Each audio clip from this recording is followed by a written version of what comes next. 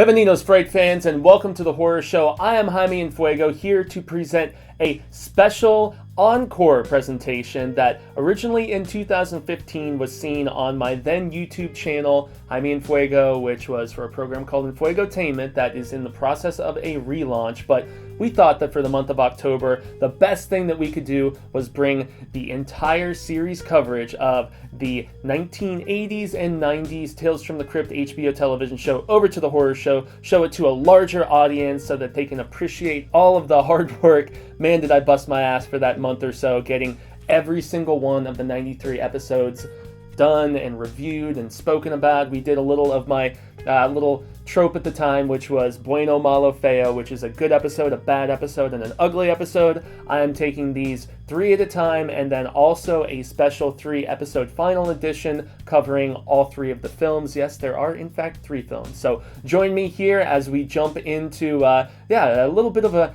horrific relic that I am very proud to show all of you guys. So until next time, stay scared.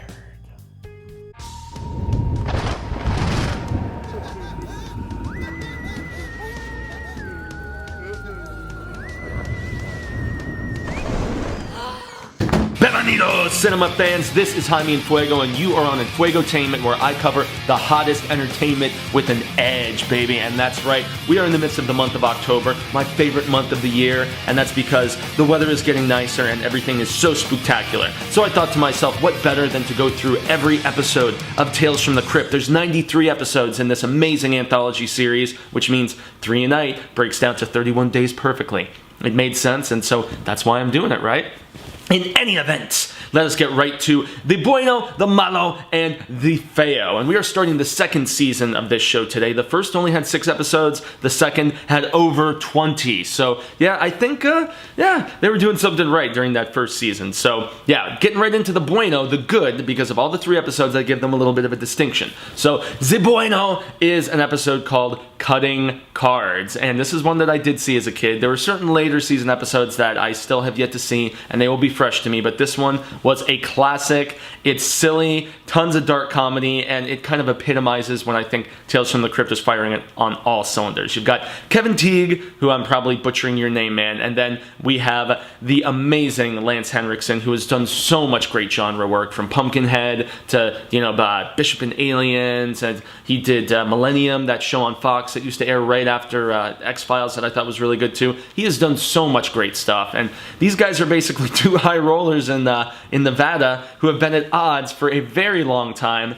and so they decide what better than to have a all bets are off type thing, and see who is going to leave town as the loser and leave town forever. And they keep upping the stakes. It's pretty crazy. It gets bloody, I must admit, and it's just fun. The acting is great. Walter Hill was once again brought back. He directed an episode in the first season, and he's most notably known for doing stuff like, The Warriors and Another 48 Hours, and he's done lots of Western type stuff, and this has a Western type feel to it. He also did Last Man Standing, which was kind of like a neo-Western, in the period piece in the 50s or something. Anyway, long story short, amazingly directed, and it's a lot of fun.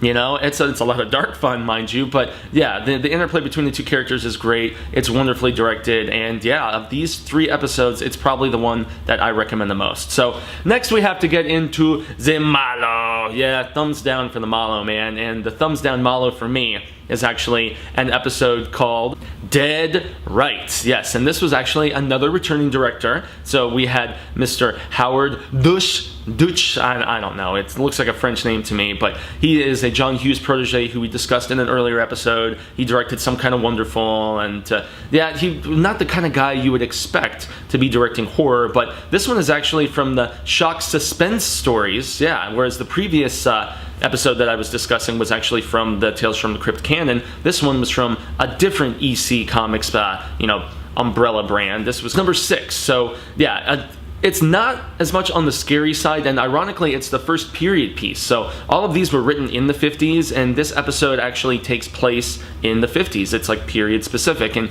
you've got Demi Moore, who she was pretty much just about to get as big as you could imagine. She had Ghost coming later this summer in 1990, which was when this episode came.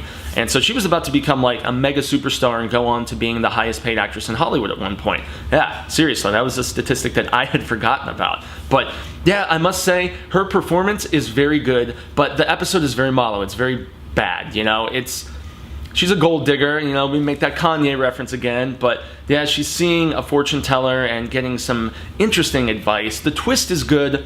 Every Tales from the Crypt episode has a twist at the end, or at least a twist of some sort. I guess the previous episode that we discussed on the Bueno, the cutting cards, not so much. But yeah, this one, the twist is just kind of lackluster. I mean, it's a little unexpected, but she's a gold digger, so you know she's going to get what she deserves to some degree, and without spoiling too much, she gets associated with a fatty, and yeah, I'm not going to divulge much more than that. It's worth watching. I mean, it's entertaining, but as far as Tales from the Crypt quality episodes go, it can't even hold a candle to the Cutting Cards episode that we already mentioned today. So finally here for October 3rd, for the third episode of my Tales from the Crypt coverage, we come to our last episode, which is, it's the Feo for the sheer fact that it's just so oddly ugly and weird. You know, it's called The Switch. It's directed by Arnold Schwarzenegger, of all people, who actually makes a guest cameo at the beginning of the episode, and he's like trying to pump up the Crypt Keeper.